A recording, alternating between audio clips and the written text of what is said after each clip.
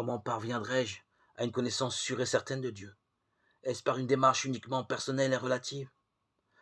L'un s'y prendrait ainsi, l'autre autrement. L'un y arriverait et l'autre pas. Nous devons ici énoncer un principe de base essentiel au sujet de la façon d'étudier une question. Dans toute recherche, il s'avère capital de veiller à ce que les méthodes employées soient bien adaptées à l'objet d'étude.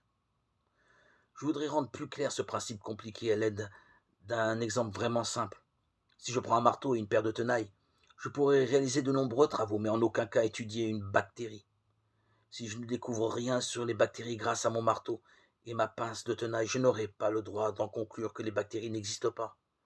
Si dans ce cas-là, je n'ai pas obtenu de connaissances nouvelles ou exactes sur les bactéries, cela tient à de mauvaises méthodes de recherche. Inversement, avec un microscope très sophistiqué, il ne m'est impossible d'étudier que quelques sujets bien précis.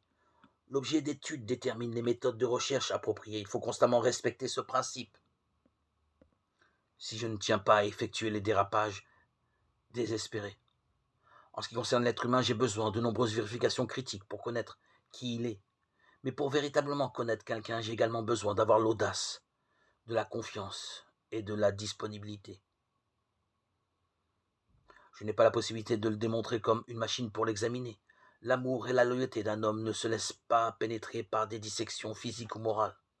Ce n'est qu'en rencontrant l'autre, en parlant avec lui, en m'ouvrant à lui et en l'écoutant que je découvrirai vraiment qui il est.